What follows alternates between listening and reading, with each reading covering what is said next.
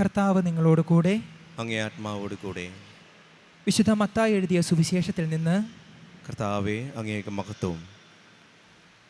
അക്കാലത്ത് യേശു തോണിയിൽ കയറി കടൽ കടന്ന് സ്വന്തം പട്ടണത്തിലെത്തി. അവർ ഒരു തളർവാദ രോഗിയെ ശയ്യയോടെ അവൻ്റെ അടുക്കൽ കൊണ്ടുവന്നു. അവരുടെ വിശ്വാസം കണ്ട് അവൻ തളർവാദ രോഗിയോട് അരുളി ചെയ്തു, മകനെ, ധൈര്യമായിരിക്കുക, നിന്റെ പാപങ്ങൾ ക്ഷമിക്കപ്പെട്ടിരിക്കുന്നു. അപ്പോൾ നിയമജ്ഞരിൽ ചിലർ പരസ്പരം പറഞ്ഞു, ഇവൻ ദൈവദൂഷണം പറയുന്നു. അവരുടെ വിചാരങ്ങൾ ഗ്രഹിച്ച് യേശു ചോദിച്ചു, നിങ്ങൾ ഹൃദയത്തിൽ തിന്മ വിചാരിക്കുന്നതെന്ത്? ഏതാണ് എളുപ്പം, നിന്റെ പാപങ്ങൾ ക്ഷമിക്കപ്പെട്ടിരിക്കുന്നു എന്ന് പറയുന്നതോ എഴുന്നേറ്റ് നടക്കുക എന്ന് പറയുന്നതോ? ഭൂമിയിൽ പാപങ്ങൾ ക്ഷമിക്കുവാൻ മനുഷ്യപുത്രന് അധികാരമുണ്ടെന്ന് നിങ്ങൾ അറിയേണ്ടതിനാണിത്. അനന്തരം അവൻ തളർവാദ രോഗിയോട് പറഞ്ഞു, എഴുന്നേറ്റ് നിന്റെ ശയ്യയും എടുത്ത് വീട്ടിലേക്ക് പോവുക. അവൻ എഴുന്നേറ്റ് വീട്ടിലേക്ക് പോയി. ഇതുകണ്ട് ജനക്കൂട്ടം ഭയചകിതരായി. മനുഷ്യർക്ക് ഇത്തരം അധികാരം നൽകിയ ദൈവത്തെ മഹത്വപ്പെടുത്തി. കർത്താവിൻ്റെ സുവിശേഷം.